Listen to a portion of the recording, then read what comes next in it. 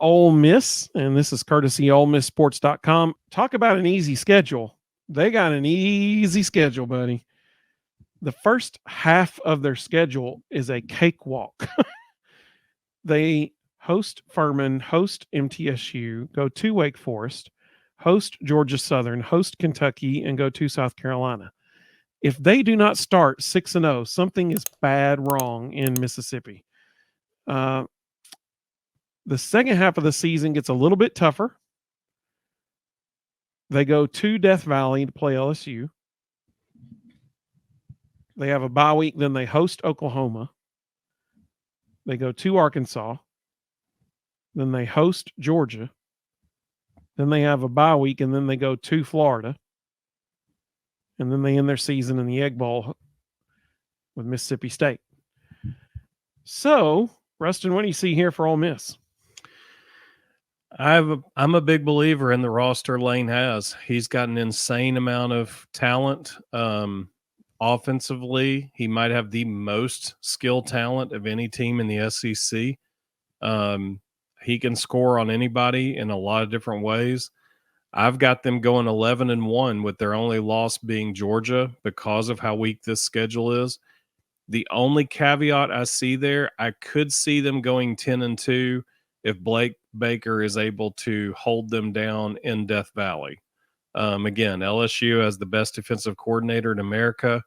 If he can find a way to slow them down in Death Valley, I could see them going 10-2. But I've got them at 11-1. I also have them going 11-1 with only a loss to Georgia. I think that I mean this schedule, man, the first half of the schedule is just like scrimmage games getting ready for the second half of the schedule. Yep. I have them going 11-1 with the only loss to Georgia. Evan also said 11-1 for Ole Miss.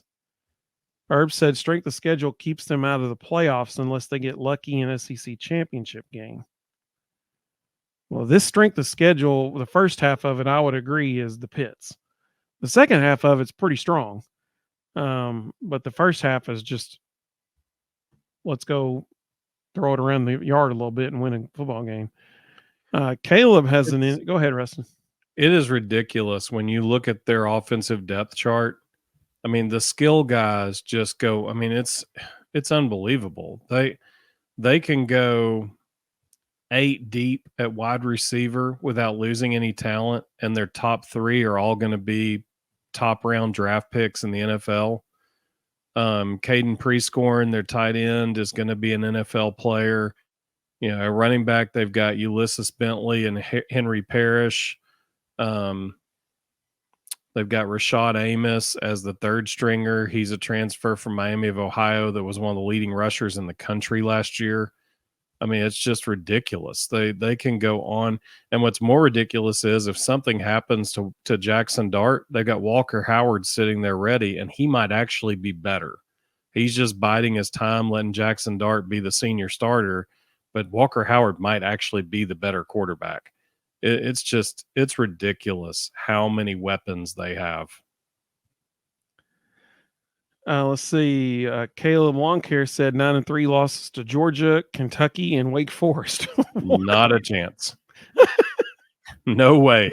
I love it. There you go. That's what I'm talking about. The only way they lose to Wake Forest is if they have a bus crash on the way there. It ain't happening. Carl said, are we looking at Mizzou's schedule? Ole Miss got a lot of easy ducks like Mizzou. We will. We sure will. Herb said he's either going to go 10-2 or 9-3 with losses to LSU, Oklahoma, and Georgia.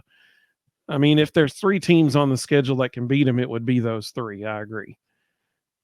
Sam said Ole Miss could run the table with their difficult games being at home. Yeah, I mean, for sure. I mean, they do have to go to LSU. But, I mean, Oklahoma and Georgia at home. They have to go to Florida. But, I mean, it's a very, very favorable schedule for sure. So I got them going 11-1. Rustin has them going 11-1.